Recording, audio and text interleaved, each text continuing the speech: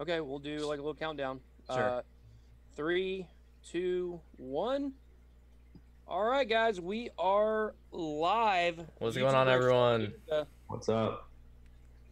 Just waiting for confirmation on my end that we're definitely 100% live. Oh, it's Beatles. Oh wow! How about Oh, that? I saw What's that. going on, guys? Yeah, Beatles finds his way into all my videos now because he's got his little puppy dog all the time in the beginning. So, what is going on, everybody? Today we have BitBoy, we have Crypto Fiend, and Hashoshi. So we're just having a good time. Honestly, we didn't really have any plans, guys. We just wanted to have a community hangout, see how everyone was doing in these crazy, turbulent times, and that's pretty much the plan for tonight. So, how is everybody doing?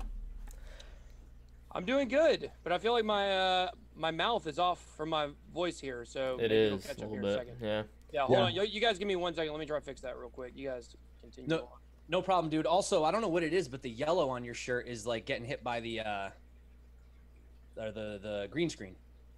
So anyway, well, we probably shouldn't start without BitBoy. That's kind of rude. We'll wait for him to come back. Okay, I'm back. Okay. That seems pretty close to good. Yeah. Is that the right camera? I don't think that's the right camera. Hold on. Yeah, your shirt looks a little weird on my end, but it's all good. It's just because the yellow's mixing in. Yeah, I don't You know look. why. You look great. You look good. Thank you. I appreciate that. I think it looks fine on my end, but I don't know. It might just be my Hey settings. guys, everything sound good on there on the live So stream? I already got somebody on my end saying what's up. Yeah, Michael, I just introduced everybody, so he knows Crypto Fiend, BitBoy Hodl, and also Hashoshi's been on the channel before as well. How's it going, guys?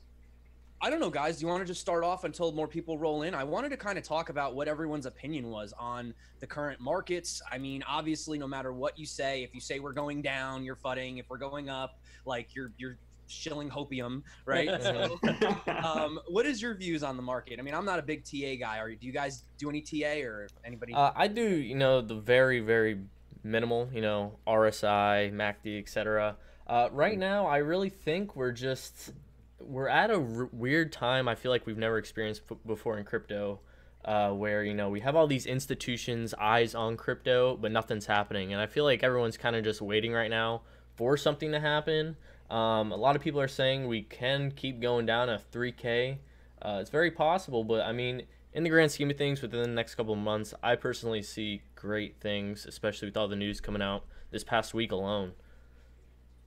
Well, we touched the threes, so at least touching them, I feel like maybe, satisfied the bear gods. I mean, that's what everybody was calling for, was a $3,000 Bitcoin, and we hit 3,600, I think was the low, somewhere around there. I know I definitely got in at that point, which was good.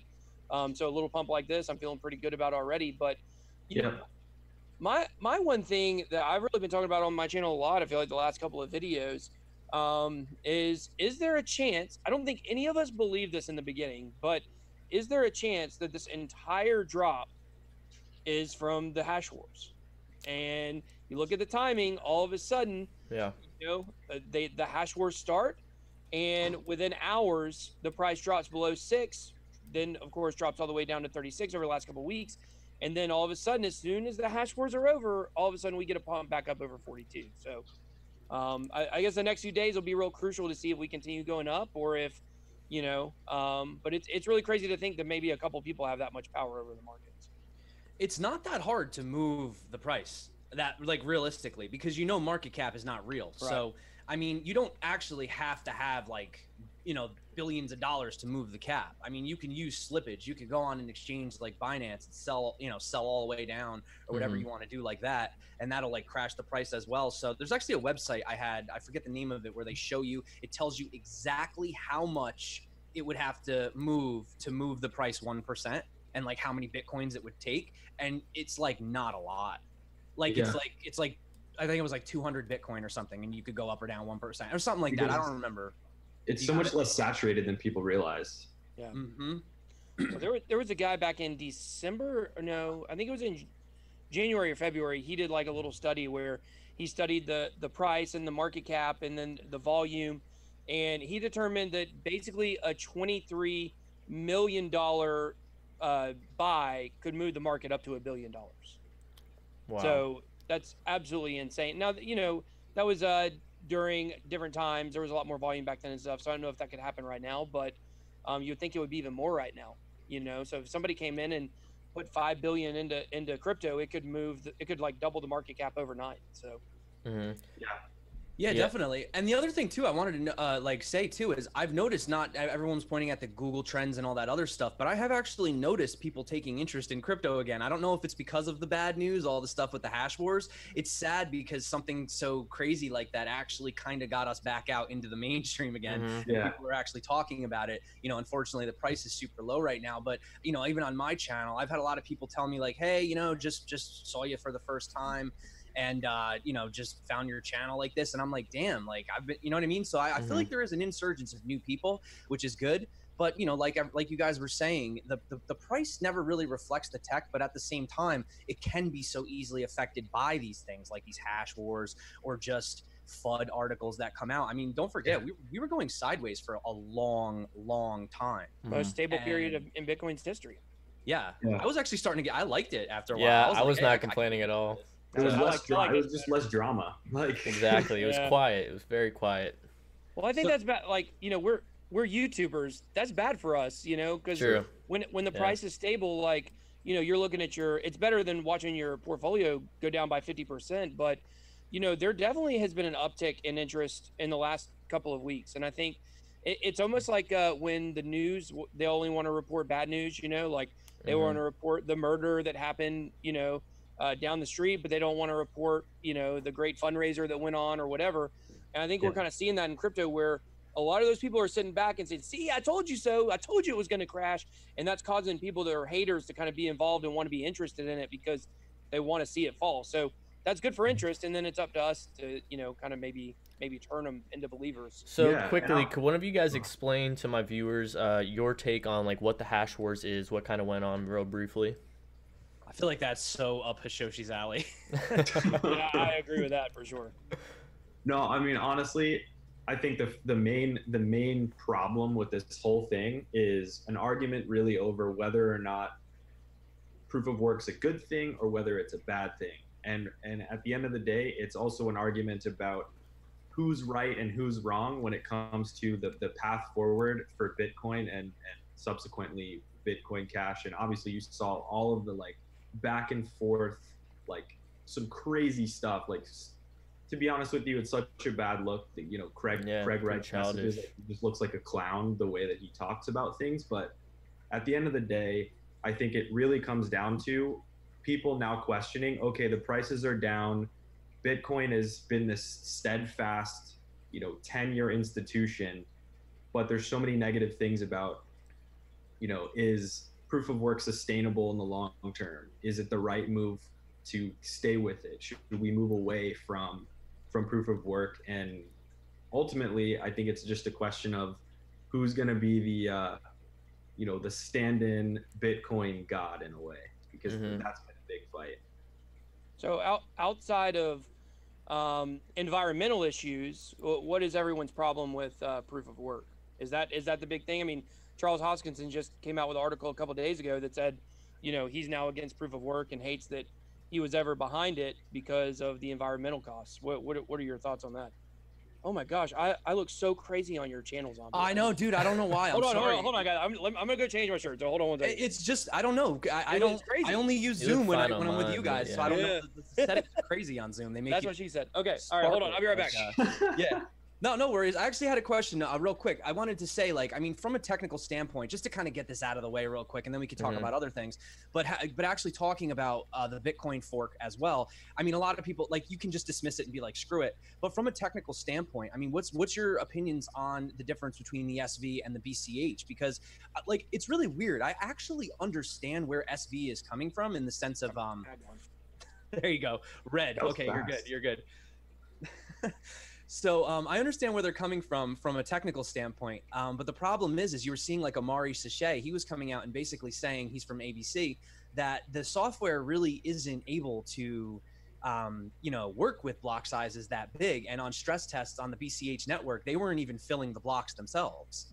So that's something to think about. I mean, is it dangerous what they're doing? Like, do you think they're trying to almost like rush too fast? Like, because we're not reaching that yet right now. We're not filling blocks. So why do we need to, you have 1 megabyte now and they got what, 128, I think it is now, or something like that?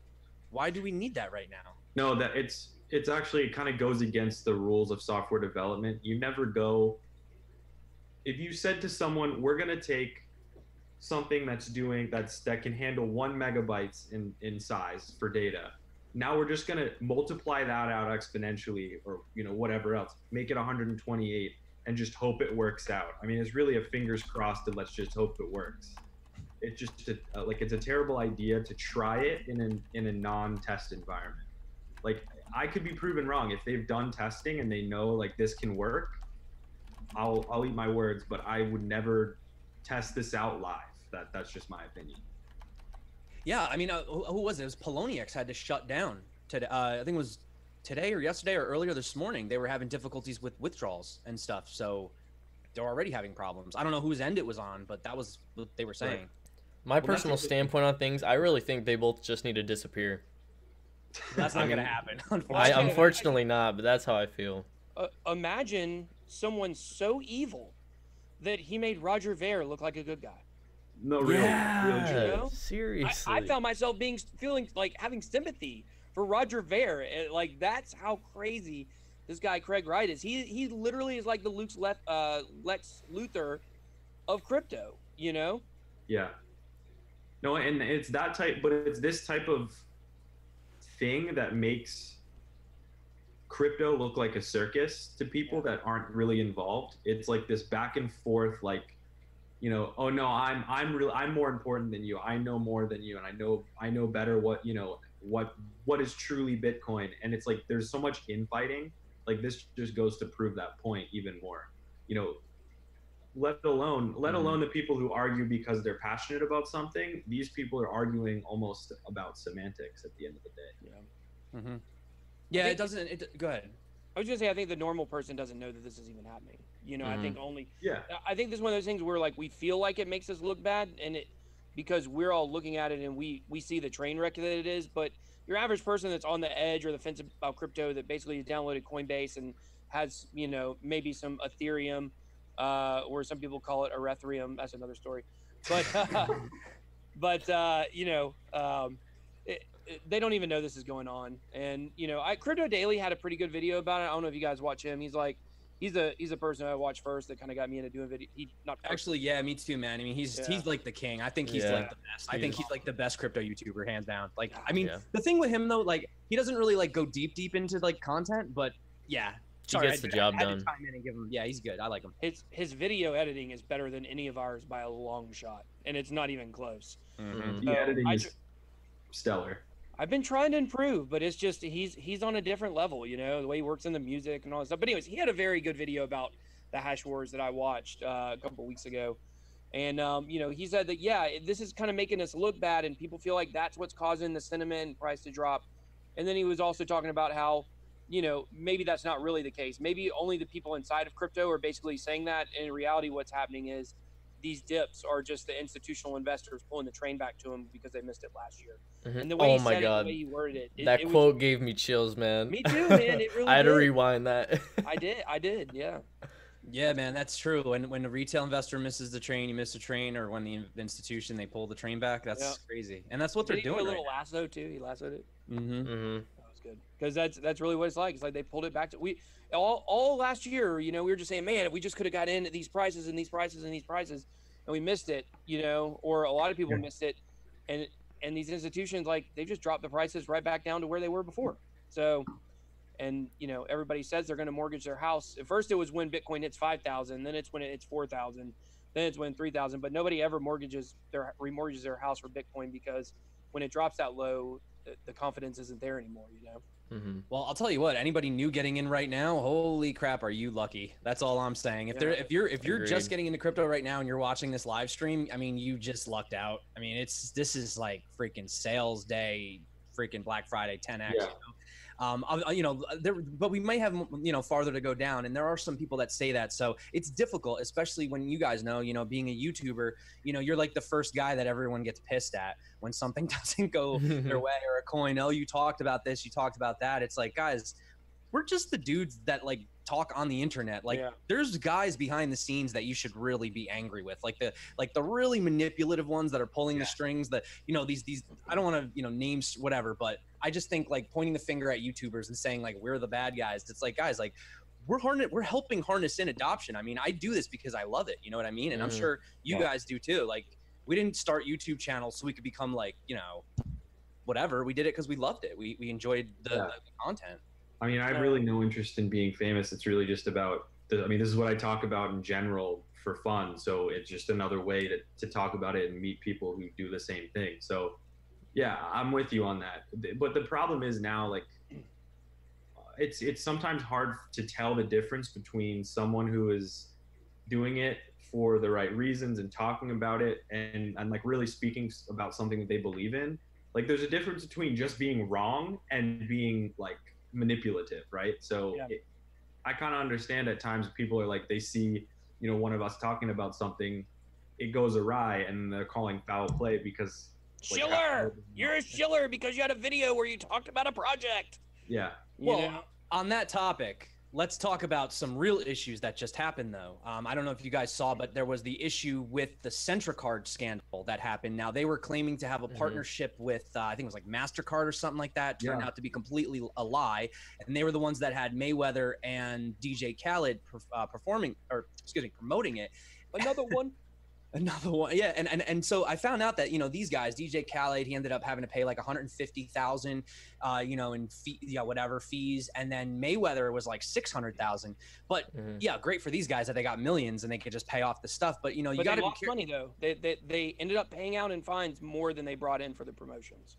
Right. Well, what I'm saying is, you know, when, you know, now it's getting serious out there. A lot of YouTubers, you know, because I'm not even like an OG in this space. I mean, there was YouTubers out, you know, years before me.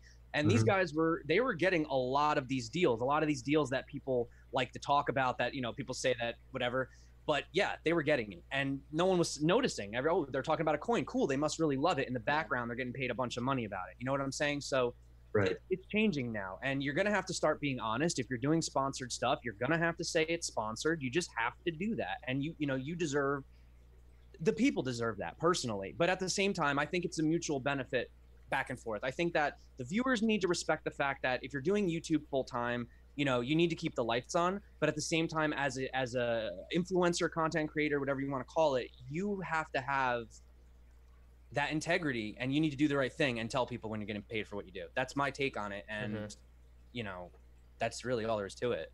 So it's not an easy task either, you know, whether you're an influencer or whatever else, to take a project that may or may not reach out to you directly to say like, hey, we'd love to work with you in some form or fashion, to really do your due diligence and figure out like, is this thing worth my time? You know, it's not an easy task to really identify the opportunities that you believe in and the ones that you don't, you know? Yeah, especially nowadays, like, you know, if you get a project that reaches out to you, it's so hard to determine if it's legitimate or not. They're all getting so much better with deceiving people. It can definitely be real scary promoting stuff nowadays. So definitely going to have to start keeping our guard up a little bit more. I feel like, I don't know. See, I don't really feel that way about ICOs. I talked about this on a podcast, Cryptos Chains with a K. I was on his podcast today. Oh yeah. He's in the Telegram chat a lot. I think actually, I think he wants to do a thing with me as well. Yeah, he's a cool guy. Yeah. He's a cool guy, and I was on his podcast today, and we talked about this because, to me, ICOs have gotten such a bad rap, and like everybody has this idea that they're all scams, and that's not true. It's more incompetent. They're like incompetent with what they're doing, combined with a terrible market. I feel like very, very, very few of these ICOs are setting out intentionally to scam and deceive people. They have great ideas. They have a good idea what they want to do for a network. The need may not be what they think it should be, but here's the thing. It doesn't matter if I do an ICO review, a paid review or whatever, and I feel like the project's really good, it's going to fail because it's coming out right now. It doesn't matter how good it is. The next Ethereum could be out there. It's going to fail right now. The only ICOs that are going to make it are the ones like the Telegram ICO, you know, that have had so much money and only private investors. I think minimum was $100,000 investment in that. Those are the ones that are going to probably be able to make it in this market. There's just not enough money going around. I mean, I feel bad for these ICOs that are doing paid reviews because it doesn't matter if the biggest ICO guys out there right now do it. People aren't running to the market to buy them, period. So, well, I don't know, man. Do you think that? Because in one sense, I mean, if you really think about it, if you're launching an ICO, I mean, we have the issues with the STOs. I'm not even talking about securities. I mean, just pretend we don't know anything about ICOs. I mean, what do you think? Because launching an ICO now might be beneficial, maybe because then the price could go up. You know what I mean? Like they were launching it at the top. yeah. So But I mean, the ones that have been paying out for paid reviews and stuff, I mean, they're I feel like if you're already a couple of months into your ICO right now and you got a couple months left, you're probably screwed. If you're just now putting together, the plan to do it, then you might be okay if the markets turn around. I mean, we are close to a bottom, whatever, but I don't know. I do like Monarch though. Big shout out to Monarch. That's the only ICO I've ever invested in. So yeah, the only one I've ever invested in was Utrust. That one did pretty good off the launch, but now obviously, is that yeah? It's funny that you said that, BitBoy. I was actually asking Beatles if I could get some MTS tokens because they're like whatever, and he was like, "Are you an accredited investor?" I was like, "No." He's like, "Sorry." I was like, "Come on, Beatles, we're friends." He was like, "Nope, can't do it, man." Like he was dead ass, just like legit, and I was like, "All right, But it's okay. It's all right. I mean, you know what? It's a good thing. That's how it should be. It's funny because I'm kind of getting off topic here because we can talk about ICOs all day.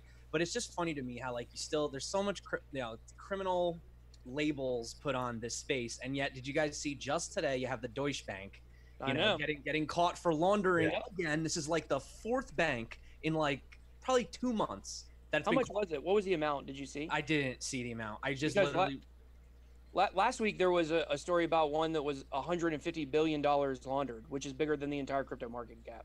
That's crazy. Deutsche Bank, yeah.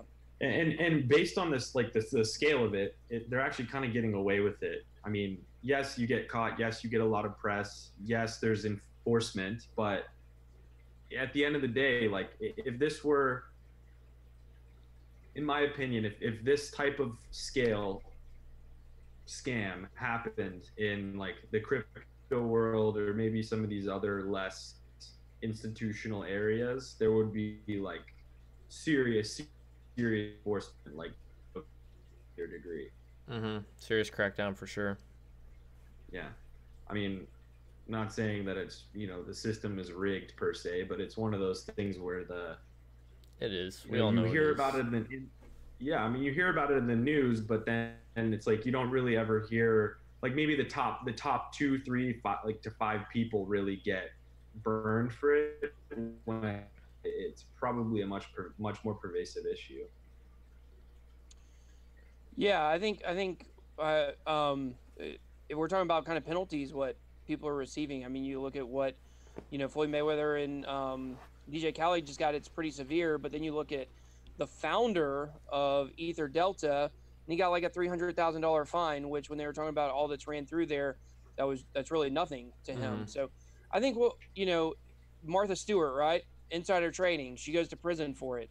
She got punished very, very hard because she didn't cooperate and she lied and she committed perjury. And I think all of these ICOs are going to end up having to answer the SEC. It's going to be as simple as if you cooperate, you're going to get a slap on the wrist and be able to survive. But if you don't cooperate, then you're probably going to go to prison. And I think that, that's going to bear itself out over the next, who knows how long these investigations. I mean, think about how many ICOs there are, and what investigation takes. I mean, we've seen, now obviously it's the president of the United States, but we've seen how long, this investigation has gone on for like years now. These investigations, when you get governments involved, they want to uncover every single rock and, turn over every stone. I guess that means the same thing. But anyways, they take their time with this stuff. So we could still be dealing with some of these cases from the ICOs or the last year for 2 or 3 more years at least, So yeah, especially when there are no standards for record keeping. Who knows if these people have even kept track of who bought what and when and for how much. I mean, there's no real way for them to truly figure it out. That's the task that's ahead. There's been so many of them, first of all, and then there's no standards, so who knows. And this is a question maybe you guys know. I hope I don't look like an idiot for asking this. I was talking about this today with someone. I don't really know how this works. If you're an ICO and you're in a different country, then how does the SEC still have control to reach, even if you've been dealing with American investors, like, how is their legislative and legal arm long enough to reach into Malta, for instance? Yeah. Does the government of I, Malta or whatever I country really feel operate? like it's just a big mess, and a lot of these people are going to get away with things. Maybe down the road they'll get caught and prosecuted or whatever. But right now, I really think it's just a big tangled mess with all these other ICOs in these countries. Absolutely. Yeah, I feel like governments, like outside governments, would have to cooperate if there was any chance that it would ever get to them. I mean, but I agree. All the foreign ICOs, they're gonna most likely get away with it, but any ones that happened in the U.S. are gonna get. No, they're gonna get nailed to the wall. Yeah. Yeah, well, the thing is like, I mean, that's the same thing that, Dazfire, I just got to give her a huge shout out. Finally, a super chat. Finally, good to see you back, by the way, Dazfire. Anyway, she knows. So getting back on that topic, yeah, but the problem is that it doesn't really matter the jurisdiction. Like, they try to get around it, being like, oh, we are, we're out of this jurisdiction, we're out of that jurisdiction. But like they said in Colorado, they said it doesn't matter because if it's being promoted to U.S. citizens, or even, for example, in their case, people from Colorado, they were like, it doesn't matter. You're marketing it towards people in Colorado. People in Colorado are buying it, so that's enough reason for us to step in, apparently. So I just got Crypto Boots. We met him out in Las Vegas. Yeah, cool guy. He just said on my chat that if we find these other ICOs and out of the country, we can cut off their SWIFT codes, and basically that will mess with their money. SWIFT codes are used to transfer money internationally. So I guess we have some kind of more financial apparatuses we can go to shut them down, rather than actually going there and trying to arrest them, if that makes sense. Gotcha. Yeah, but I mean, what about the fundraising's all done with tokens? I mean, how are you going to block Ethereum transfers, or? That's a good point.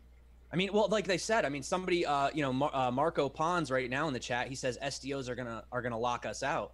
I mean, once the STOs come in, it's just going to go back to the old system again, and it's going to go right back to, accredited only investors, which means basically everybody watching, including myself, because I'm not like rich. I don't know. People think like I have money. I don't really. I know. I had to let you borrow money to fill up your Lambo. Yeah, my Lambo. I don't even have a car, guys. I literally do not even own a car. I swear to God. Like, my girlfriend has a car, and when she comes home, I take it. I work at home all day. Like, I'm always doing this. You guys know how it is. A half-hour video takes you like freaking 5 hours to put together. So, yeah, I mean, it's crazy, man. And it's going to be an interesting space with these STOs. But the other thing too, I mean, you saw what had happened with the judge that had actually wrongfully classified the particular, I forget, it was block something, as a security when in fact it was a utility. And that's the thing. I still don't think like just because STOs are coming out that suddenly everything's an STO. It's not. No. Some things are going to still have utility. But as BitBoy actually put out with the whole Walmart blockchain thing, you were like, not every blockchain needs a token. And the problem is we're getting tokens for garlic bread, tokens for banana, tokens for, literally tokens for everything. And people are wondering why these tokens are losing value. It's because they don't have, any real purpose in the ecosystem except to just be speculative. And that's really it. So. And there are also tokens that are necessary for the platform, but are literally counterproductive to accrue in value. So it's like certain tokens that are meant to be used in the platform. If it gets so deflated that each token's like $10,000 equivalent, it's just a pain in the ass to use it. Depending on what the use case is. So there are also occasions, like people talk about Ripple a lot and XRP and how the token's going to crazy values like 100,000, whatever. I don't think that even if the demand were there, and who knows what could happen, anything can happen, even if the demand were there, there's no way that the supply would not be adjusted to make XRP still relevant to be used for its purpose, which is cross-border payments. Do you think anyone wants to be dealing with like 1/1,000,000th of an XRP to send small values? There's no way. It's just not plausible. So some of these tokens you see like people claiming that they're going to go to this crazy valuation. Think about what its purpose is when you make that claim, Well, the 589 XRP claim, which I'm sure you're talking about there, it's just so crazy to me. I talk about this a lot. Like the basis for that is that if every single dollar that gets transferred internationally used XRapid, that's what Ripple would be worth. However, or that's what XRP would be worth. However, if every single a dollar that got transferred internationally was being used by XRapid, that means crypto is probably going to have been wildly successful, and we're not going to be needing to do all these fiat transfers anymore. So I think it's kind of like a catch-22 for XRP. It will never get there. I don't think that XRP and Bitcoin can coexist forever. I think ultimately either the banks are going to win out or Bitcoin's going to win out. But of course, I mean, XRP does have Codius coming out, which is a DApps platform. So they're trying to do everything all the other cryptos are trying to do at this point. But well, you forget the fact that we're going to be using XRP for interplanetary payments. So once these other planets start using it, then it's going to really accrue that $500+ value. Yeah, that Mars colony, man. Wait. I mean, it's so small right now. The whole market cap is such a joke. I mean, literally, what really blew my mind was I think once we're under 140, literally McDonald's could buy us out. Yeah. Or yeah, it's less than McDonald's, so it's really crazy. Oh, Bitcoin Ben in the chat. What is up, buddy? Oh, Bitcoin Ben, what's up? What is up? We gotta get Bitcoin Ben on a stream sometime, man. I really do. We've been meaning to get up, but it's just time and busyness and stuff like that. Shouted him out on my podcast yesterday. He's a funny guy. Yeah. Hey guys, so Zcash listed on Coinbase Pro. Who saw that one coming? Not me. Who saw that one? Everyone. Everyone yeah. thought it. Yeah. That was crazy. But the thing is did you see now but the way they're dealing with it, because some people were saying that privacy couldn't get on there, so it's like, I guess Zcash has, I've never really looked into it that much, but it has like a way you can make it anonymous. So it's not always anonymous. So I guess that they're accepting anonymous deposits, but they're only allowing transparent withdrawals. So that's kind of how they're getting around that. So that could be very useful. One interesting thing is, part of my job, I meet a handful of startups fairly consistently that want to talk about, their platform being used to build stuff or a useful tool for clients, whatever. I met the guys at Chainalysis, and they're like basically blockchain forensics. Their tool was used to help find the MTGOX, Bitcoins, and all that jazz. Really cool, like data modeling software for blockchain. And there's, from my understanding, that it's been sort of targeted as a use case for law enforcement and other ways to track down crypto assets across different addresses, even across platforms. So it was pretty interesting to see that in action and learn about how they've used that to track down some of the funds that we thought were lost forever. I got $100 coming back to me. Nice. So, yeah, I didn't know if I had any. I just had some dust in there because I cashed out a month before it crashed. So, but it's pretty cool how they can use that modeling. Hey, I got a question in my chat that I thought would be kind of cool for all of us to answer from Oli in Austin. That's what she said. So, what's been the biggest thing you've learned during the bear market? Patience. Definitely patience, and just understanding what's to come in the future. Yeah, I think this has given me the most clarity in terms of what it's helped me refocus on what projects I'm super passionate about, and really seeing who in the market is really passionate about crypto for crypto and not just for profit, right?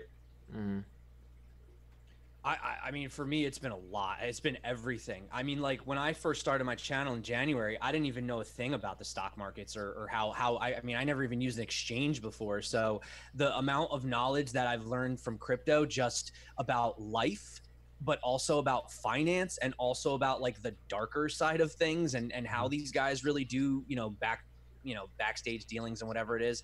It's been a lot, man. But the biggest thing actually that I don't talk about too much is ironically the fact that in this crazy market, fundamentals apparently do not matter.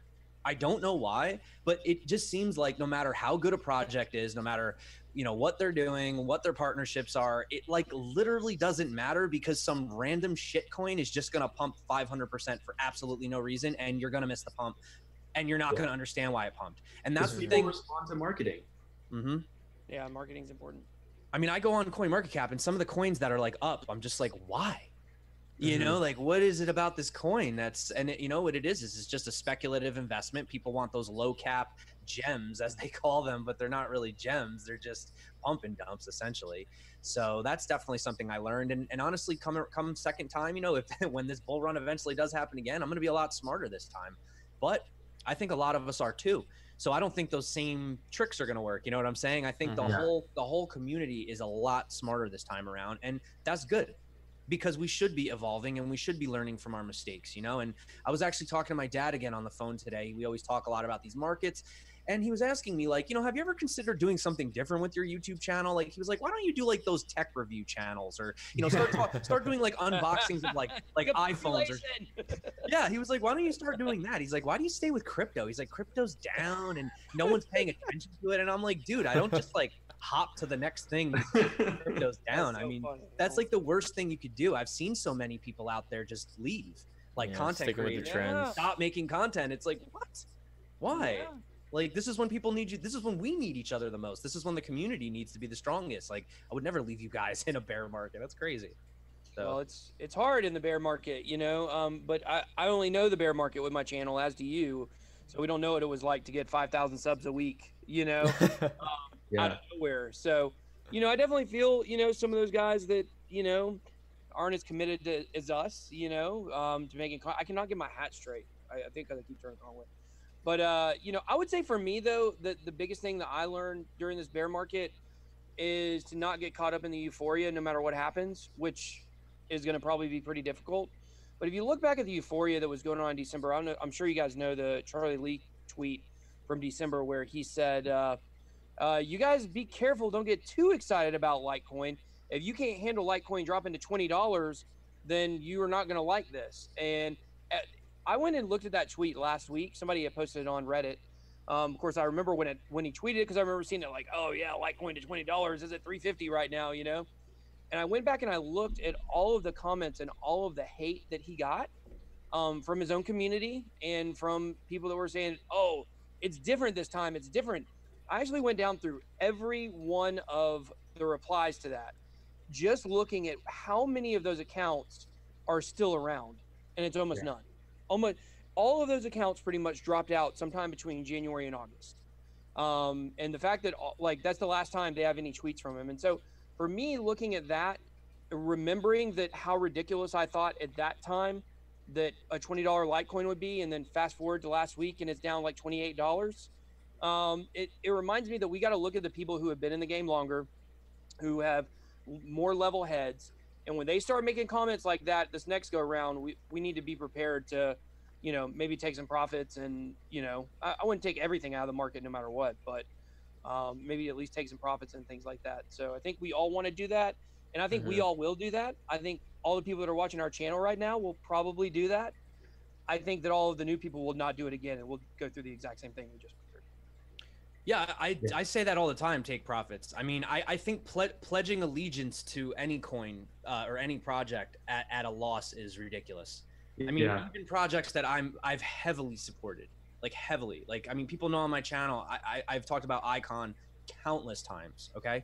But, you know, I had a break-even point where I had to sell. Yeah. I just had to, because that was where I bought in.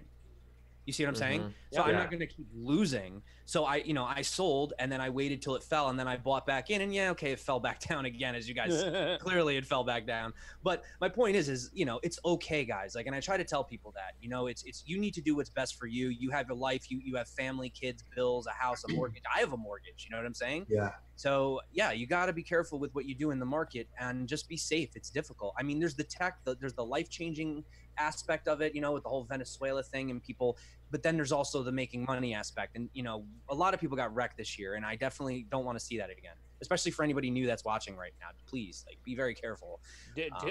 We probably all got wrecked, right? Yeah. I don't know. Did anybody not get wrecked? Ryan, did you not get wrecked? I got wrecked. We all got wrecked. So yeah. We're all walking, living, talking, and breathing memes. So. One thing I wish I did was just hold Bitcoin. Honestly, because Bitcoin took the least hit. I agree. And, you know, at one point I had almost 3 times as much Bitcoin as I have right now because of doing trades. And yeah, that's definitely a hard decision.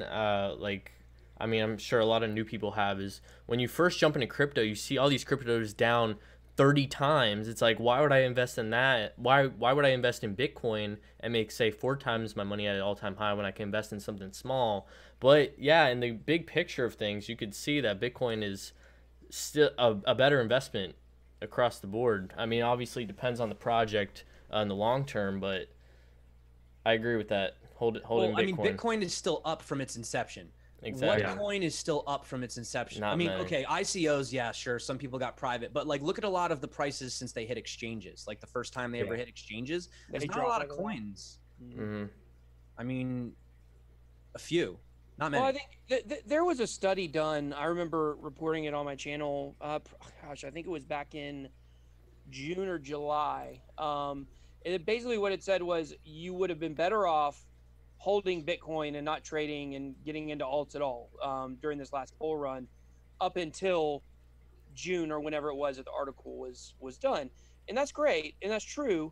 If you're holding Bitcoin and you held it and it was able to be more, resistant to falling than your other, coins were. However, if you would have invested in Bitcoin on November 1st, it was probably sitting, I think, about $4,000 right then, maybe 4 to 6. You would have got like a 4 to 5 times gain. However, if you invested in Tron on January 1st, you would have got more than the 30x gain. And same thing with Cardano. The whole thing is people just didn't know when to take those profits. So the thing is when the market moves parabolic, you have a much better chance of getting a huge come up. And I like to play roulette and play poker, so I love a big come up. You have a much better chance of getting big money with the altcoins. Not financial advice, but gambling advice. You can take that if you want. But, with Bitcoin, you didn't get that same kind of meteoric rise. And we're talking about the difference between a 5x and a 30x. But if you would have held on to all of those coins, then you would have been better off holding on to Bitcoin. Does that make sense? Yeah. You're saying had you played the game right and sold at the right time. I mean, because let's not kid ourselves. A lot of coins had a lot of potential. I mean, even coins that people say stuff about now, they did very, very well. I mean, freaking Dash. Oh my God, Dash was like $10 and it went up to like 1,500, I think. That's insane. Blocks. I mean, Blocks blew my mind. Oh my God, Ray Blocks blew my mind. Ray Blocks is Nano, by the way, for anybody who's new. Yeah. So it did a lot better when it was Ray Blocks. Right. Yeah. The good days. I still like Ray Blocks. I think it's really, really impressive. The only thing I ever really heard about it, or Nano. Now you got me saying. I was gonna let you run with it. I think Ray Blocks was a better name. I mean, people are gonna go on and just be like Ray Blocks. Well, the funny thing about Ray Blocks is it was better for marketing because Nano. Yeah. I mean, search Nano. You know how many things come up? Ray Blocks, at least. That's a good point. You would Google it, it would come up right away. So they kind of screwed themselves in that arena. Well, the Big Grail hack destroyed it, and that was before they rebranded. So it was Ray Blocks when that hit.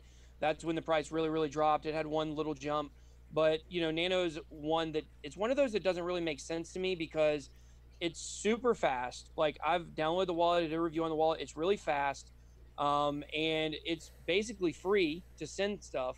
That's why it's big in Venezuela right now. Venezuela and Dash are both the two that are getting used the most down there. But it got hit much harder than other coins. It's like once that Big Grail hack occurred, and then it wasn't just a hack. Like we've seen hacks with other projects before.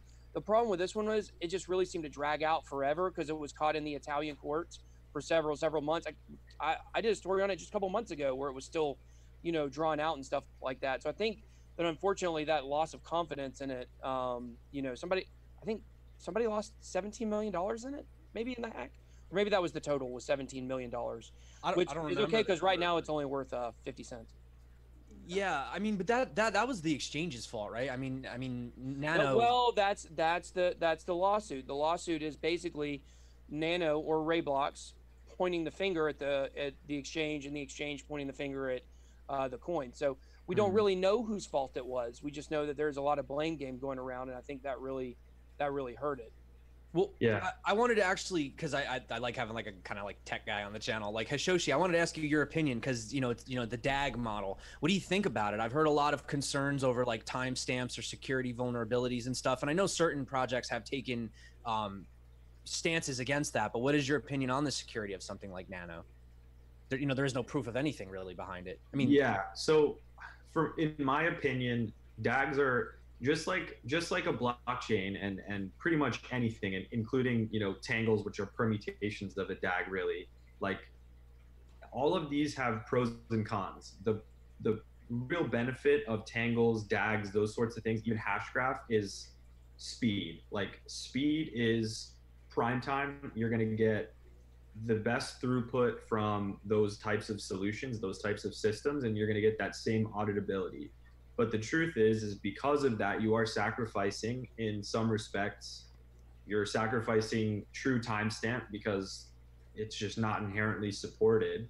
And you're also, in my opinion, more vulnerable to potential brute force attacks. And also in the future, who knows how much more DAGs are going to be affected by quantum computing hacks. You just never know. Well, isn't that an issue, the fact that they're all their own individual chains? I mean, isn't that just like more points of failure potentially? Right, more points of failure, but it also makes, where a blockchain is built to be Byzantine fault tolerant because it's all a collective system. You're right. I mean, DAGs are very it's like the Wild West, a version of a blockchain in a way. They aren't as strong and resistant to those types of to faulty, I guess you could call it like malicious activity. They're not as resistant to that. That's just an inherent flaw.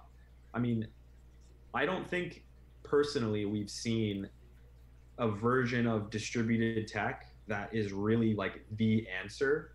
And I don't think that we're going to have the answer for a while. Like we're kind of in that period of time like the internet was, where we have like all these different versions, and I don't even know that the best one is going to win, like TCP/IP, all that stuff. Like that's not the best option. It was the one that was adopted and we stuck with it, Yeah.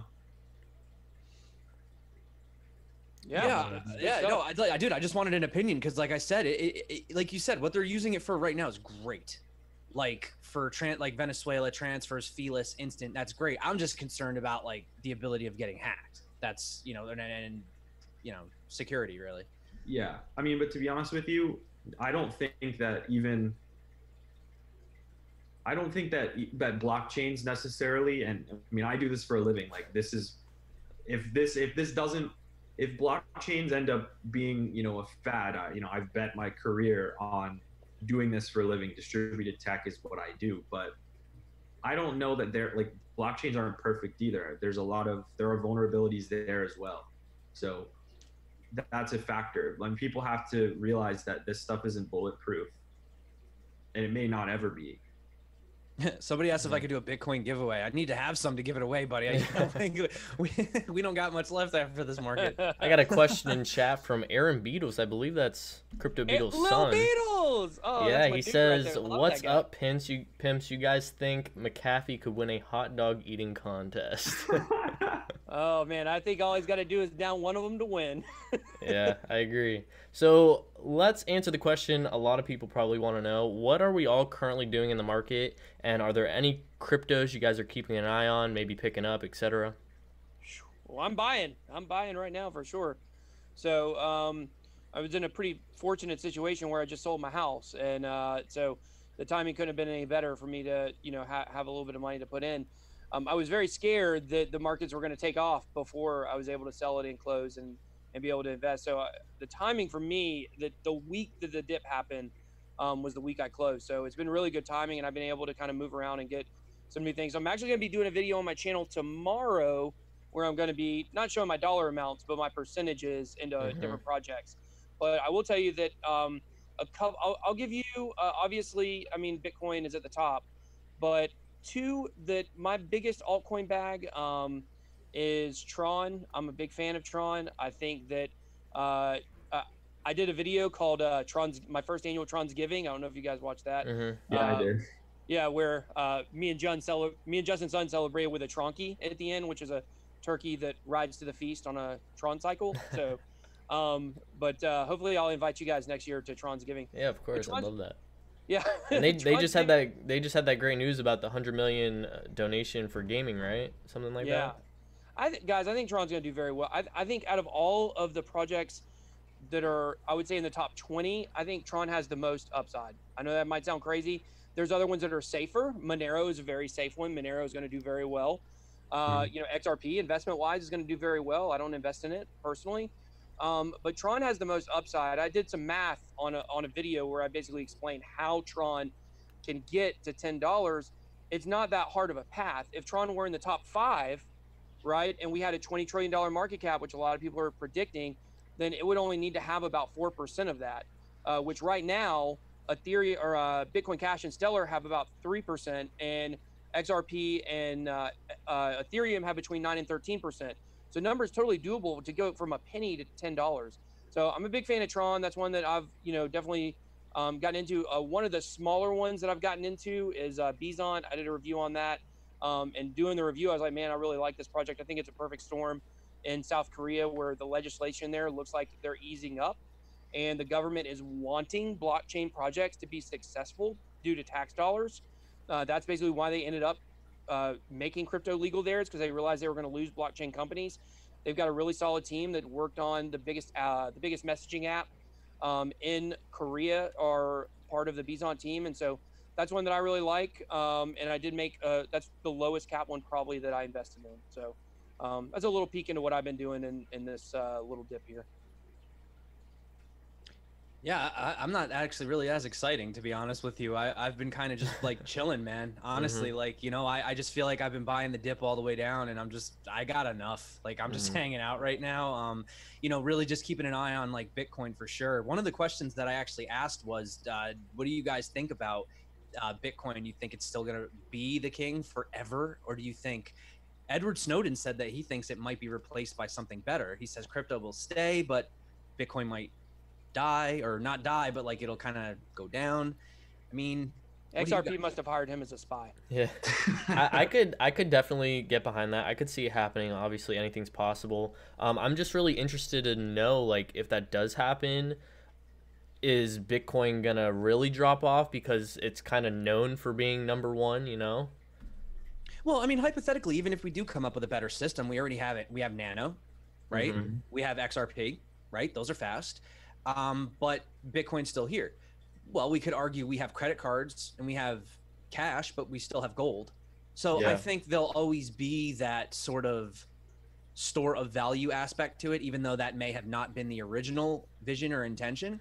I still think that the store of value aspect is going to remain. I don't know if it'll be number one, but I definitely don't see Bitcoin being something where like 10 years from now, it's like, just, oh, you remember that crazy coin? Yeah. Like, I don't definitely see it being around for sure. I don't think it's going to like sink into irrelevance by any stretch. I mean, we may see, something unseated as the most valuable or most often used cryptocurrency. I mean, of course, hype works like that. But Bitcoin has lasted this long. It's been almost 10 years now since it came to the fray. And it's not going anywhere. Like, it's not gonna, I highly doubt that anyone's gonna break it. That's for sure. And from there, I think it, like you said about gold, I mean, I think people thought gold was always gonna be king, and, gold's still really valuable, but it's not, you're not paying for your groceries with gold. That's just. Yeah. I mean, like, realistically, just asking you right now, I mean, what do you use to move around when you're buying on exchanges or when you're doing stuff? Do you send Bitcoin? Oh yeah, I use Bitcoin or Ethereum. I do now. I do now. I quit using Ethereum. I use Bitcoin now. It seems to be just as fast. Really? And it's really, really cheap. I mean, I sent a bunch for 29 cents today, so. Oh, okay. It was, if you go back several months, I used Ethereum for everything, or Litecoin, because they were the fastest options. But it's really gotten to where, and it's probably just because of the ease of the congestion of the network, because where the market is. If we go back through a bull run again, or when we do, I don't think Bitcoin will have all its network problems, solved. So we'll, I'm sure, experience higher transaction fees and slower transactions again. But just kind of chime in on this topic, I think Bitcoin will always be number one. I'm not a Bitcoin maximalist by any stretch, but I am a Bitcoin confidant. I am confident in it. That's not what confidant means, but I'm very confident in Bitcoin that it's going to continue. And I think one of the biggest things that Bitcoin has that these other projects do not have, they have better tech, they have better systems, They have, you know, more technological advances than Bitcoin has. However, Bitcoin doesn't have anybody saying what it thinks the direction should be. It doesn't have Agreed. Charles Hoskinson coming out. It doesn't have Vitalik coming out. It doesn't have Dan Larimer coming out. It doesn't have Justin Sun coming out. It's got nobody speaking for it. And I think the mythical status, the legendary, almost folk hero status of Satoshi Nakamoto, as long as he is dead, God rest his soul, or as long as he is alive and never comes back, you know, we can argue all day about what Satoshi's vision was, but Satoshi's never going to come out and change his vision. Unless well, his vision is in the white paper, and that's pretty much it. And I wish more white papers would go back to being, you know, that short, because these 100-page white papers are like, do we need all this jargon? Like, come on, what does your freaking project do? Yeah, I sent them all to Hashoshi for him to edit. Wait, what? I said, you haven't got all those emails where I send you all the white papers and say, can you tell me what this means? Marco Pon says, you just made me look terrible. Marco Pon says, I pay my dentist with Dentacoin. If you're actually telling the truth right now, then, you know, hallelujah. Hallelujah. Finally, somebody uses the damn thing. Well, there's actually, you know, you guys may have heard of the Fibonacci. It's a way to, you know, do TA and stuff. Well, I can tell whether or not Dentacoin is going to rise or fall based on whether I forget to brush my teeth or not in the morning. Right so on. that is a straight up market indicator. So if I'm doing a video and you feel a little crust coming through, then you know Dentacoin's. Well, maybe it's a big scam though, because think about it. If 9 out of 10 dentists recommend something, right? Like if 9 out of 10 dentists recommend a toothpaste, right? Well, then doesn't that mean your teeth don't they make money off of you not having clean teeth and not having cavities? Well, let me tell you. No, I probably just offended a bunch of dentists. You know the best. Everyone's selling their Dentacoin right now. Do you know the best time to buy Dentacoin? I have no idea. After Halloween. 30. 30. 2:30? 2:30? Okay, I got it. Come on, guys, that's the greatest dad joke That was of all good. time. That was good. All right, signing off. Okay, all of the people in the chat are laughing. I'm getting so many funny emojis. At least 3 laughing ones here. So that was a funny joke, y'all. When are we doing our episode of crypto dad jokes, guys? We got to get that all. That'd be great. We should get like some big guys. That's you know what? I figured it out. Screw these hash wars. I just want to get Craig and Roger in a room, and you're just gonna go full force, 3 rounds, dad jokes. That's it. We're all live streaming it, and you know That'd we be vote. insane. That's it. Done. Then we pick which one and we move on. I'd like to give an honorable mention. There was an 80-year-old guy. He reached out to me on Facebook, and he goes, "Hey, I'm having trouble with my Ledger Nano S. I saw your video on it. I wanted to see if you could help me." He's like, I can't get this to work." I'm like, "Sure, like I'll help you out, whatever." You know, we're going back and forth, and I'm like typing out what to do, and this guy's just asking me questions, trying to learn and like get familiar with this hardware. He's like, "I really want to protect my cryptocurrency. I'm like blown away by this whole thing." And he's like, you know, I think we talked for like an hour, and he goes, "Thanks so much for your time. You know, I'd like to send you $50 in Bitcoin for your time." And I'm like, honestly, I will treasure that Bitcoin for the rest of my life. Like, That's awesome. Story. At least you took the time, man, to sit down with a guy that needed help like that, you know? I mean, it's like, if this guy at 80 years old wants to take the time to learn how to do this stuff like on his own, I'm with it. I'll take whatever time necessary to do that. Exactly, man. That's cool. Super man. awesome. One of the things I wanted to say real quick, getting back on the price topic, I know I'm jumping all over the place here. That's what we do. But the one thing I wanted to say was I forget where I saw it today, but they said that the shorts are near record highs, but the longs are also very high. So I think the real answer is literally no one knows what they're doing right now. Like, I think everyone is taking a massive gamble on the space right now.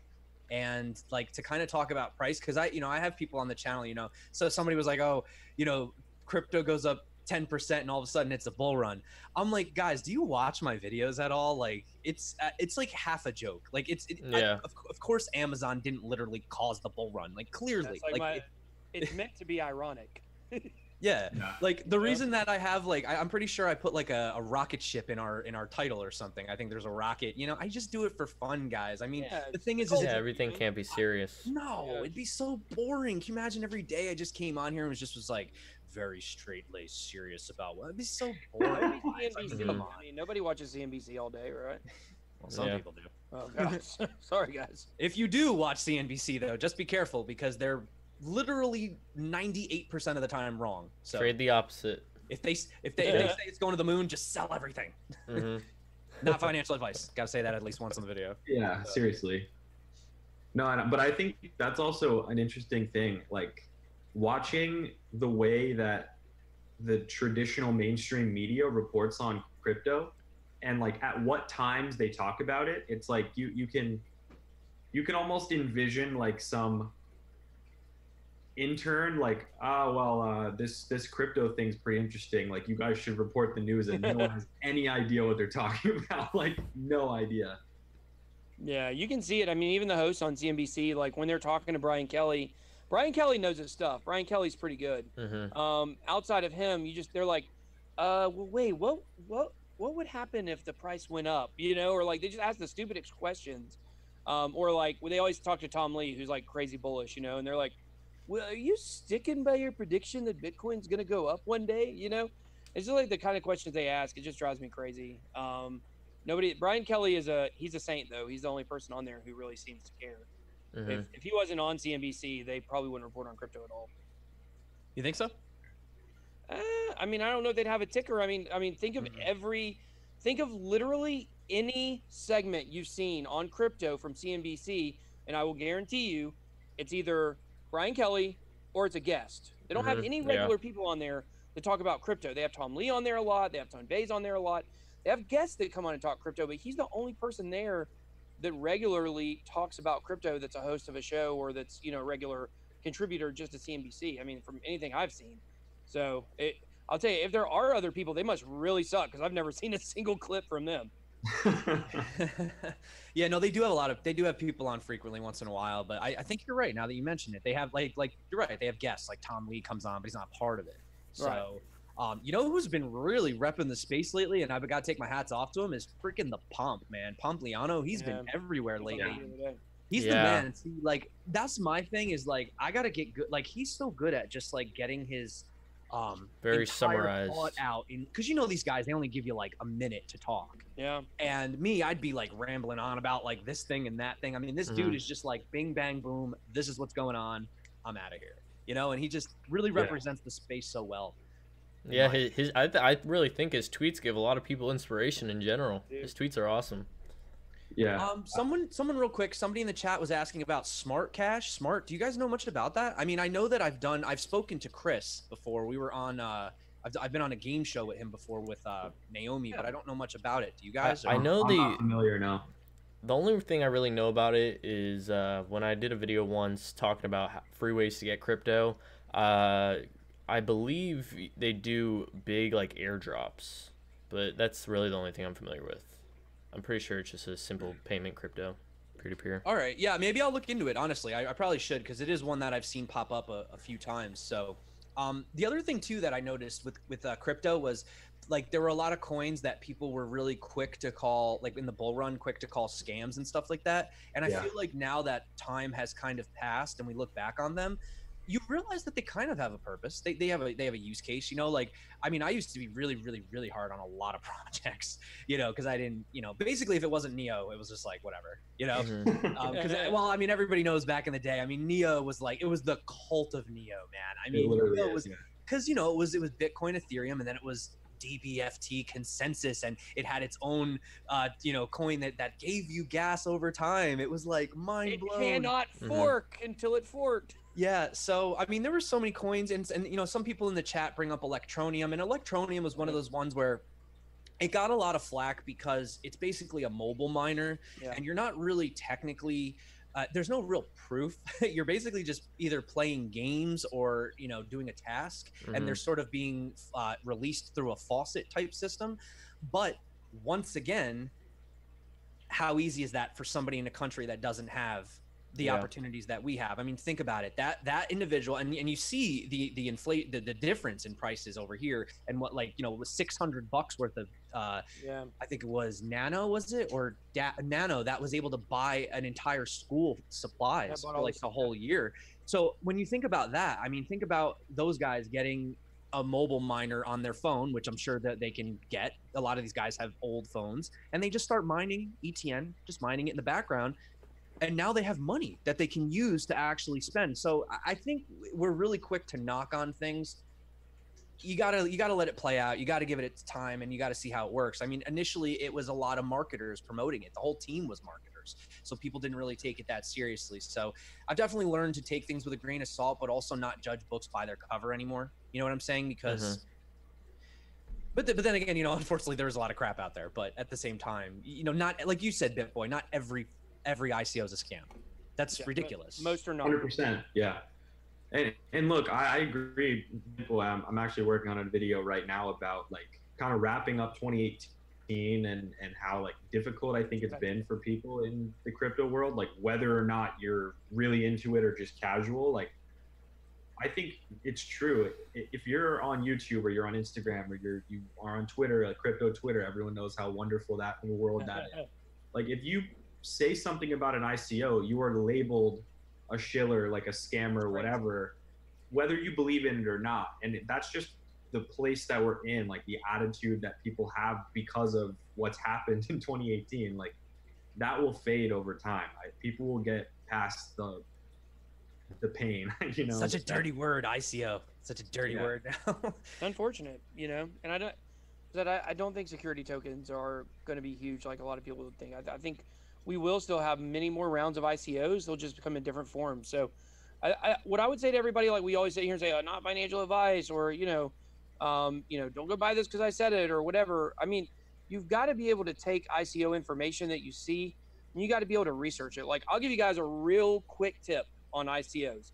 If you go to an ICO website and you see their scores from ICO Bench or CoinGecko or ICO Gecko, whatever the lizard one is, there's like 6 different ones that go around. If you look at their score and then you click those links and you go to the actual page and the score is not the same thing, or at least within a little bit of a margin of error, if they say they've got 5s and then you go there and they really got 2s, or you go there and then you go and you start looking through the comments on the reviews and you see that the good ones are very generic, like this is a good project, I would invest. But then you see the bad reviews and they're very detailed and they're like a paragraph long of why it's a crappy project.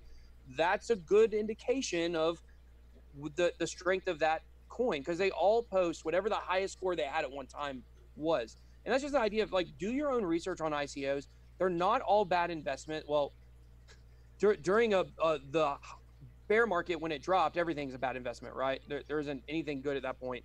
But as we start moving into maybe some stabilized action or the price going back up, people are going to want to invest in ICOs again. I believe it. And so just do your own research on them and don't hold anybody accountable.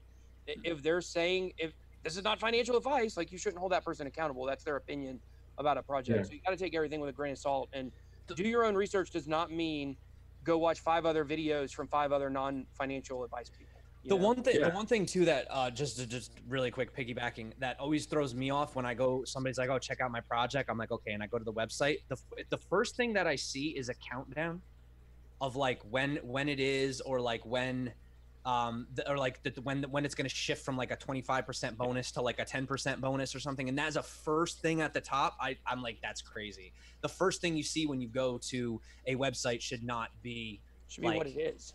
Like how much time is left to invest. Like like that should actually be like on a separate page. Like I should be like just overflowing amounts of information. You know what I'm saying? So yeah. I mean, since we're sharing, ICO tips, again, obviously not a financial advice show, but at the end of the day, I always look for people that are project first. Like if you read the white paper and it's a lot of like buzzwords, a lot of marketing, you can tell the difference between marketing and actual content. And like the website is one indicator of that. If it's like, graphics and like all these bold claims, I'm probably already sketched out from the very beginning. Like I want to see what you're actually doing and why it's important. You know what I mean? Being problem. So, somebody in the chat said, do your own research, go watch 5 more YouTube videos. That's not research. Anyway. If I can understand your tech, your white paper's no good. Ouch. Oh, God. Oh, sorry. One thing I look at in ICOs that I feel like maybe not a lot of people pay attention to, and it's definitely not the most important, but social media. I mean, that's a big thing to me, because in the grand scheme of things, again, like BitBoy said, you could have the best project, but if you're not marketing it and it's not real people following you, like a lot of these Telegram groups, they have 10,000 fake bots or whatever, then that's a good indicator to stay away if it's fake following and stuff like that. Also, obviously, the team is the most important because they're the ones getting the job done. So those are probably the two most important things I look at with ICO. Yeah, teams are important. They are good. I think a good list of advisors is good as well.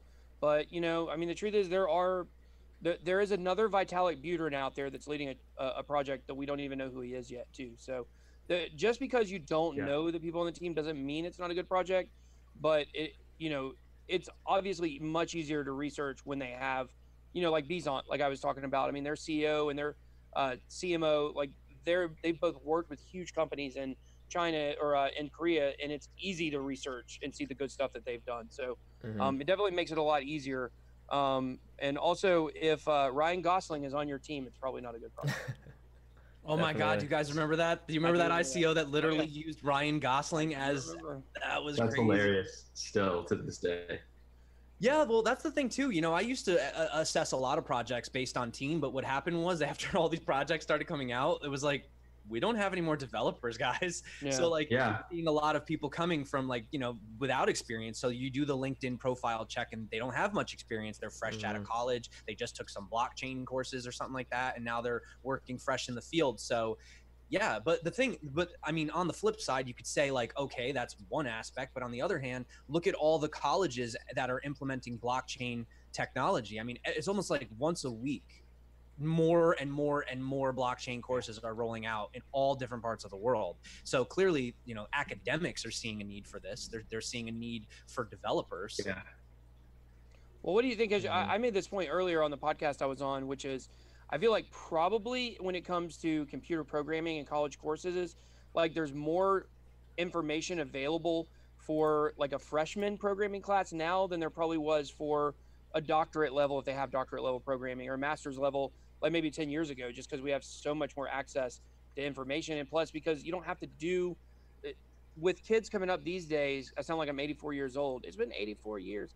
But with kids coming up these days, they're not raised in the same level of technology that we were raised, so they already have a good foundation to a lot of, not necessarily computer programming, but they know how to do stuff more than we knew when we were their age, I guess is the best way to say it. What do you think about that, Hashoshi? No, I totally agree with you. I mean, I totally agree. I mean, for example, my little cousins, they're 5 to 11 years old. They can go on an iPad and they can learn Swift programming with a graphic user interface, and they can learn to code at a young age and just get familiar with the way you think. It's like learning Spanish. It's easier when you're a kid because you can kind of learn to speak the language earlier on more easily, so that type of thing, kids are just going to know how to speak the language at the end of the day earlier than it ever has been because of all the access to tech. I mean, even me, I use Code Academy all the time, and it makes learning new languages so much easier for me because I know that the way it's being done there is, a standard, and I can just get it. I can learn something quickly where it was a lot harder in college. Yeah, man, absolutely. And I definitely think we're just going to keep seeing more and more of it as well moving forward. I definitely think there's just going to be more of these courses, more of these opportunities. And like you said, I mean, just kind of jokingly, I was at Thanksgiving and my cousin was showing me stuff that I didn't even know my iPhone could do. I had no idea that iPhone had the ability to record the screen. You can screen record, because I remember it's just on 10, right? It's just on the 10. I don't think I have that on the.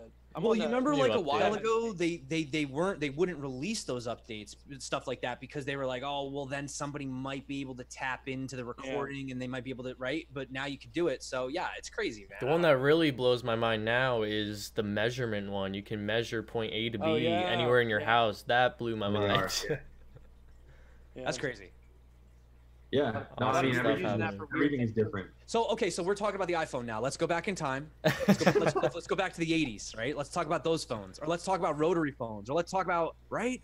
Yeah. Tech more, takes more time, secure than a guys. cell phone, and had better. You could probably hear the person better. Tech takes time. So, guys, we've been going for about an hour and 15 minutes. I don't know about everybody in the chat. I'm a little hungry right now. I'm thirsty. Um, I ran out of cherry coke. Did so- you? I've almost drank. I Yeah. drank like almost a whole gallon of water right now. So I just drink water, man. I just love water. That's right. We had people in the chat noticing. They said you're chugging a coke and zombies sipping the water. I love water, dude. I don't know. I'm a weirdo. I'm like one of those weird people that likes water. Some people hate water. I just like water. I don't know. But is there anything in the chat before we go? Anybody want to? Any guys got any questions before we go? I think we're gonna wrap it up soon. Or I just want to shout out Daniel Peraz. This name, I'm sorry,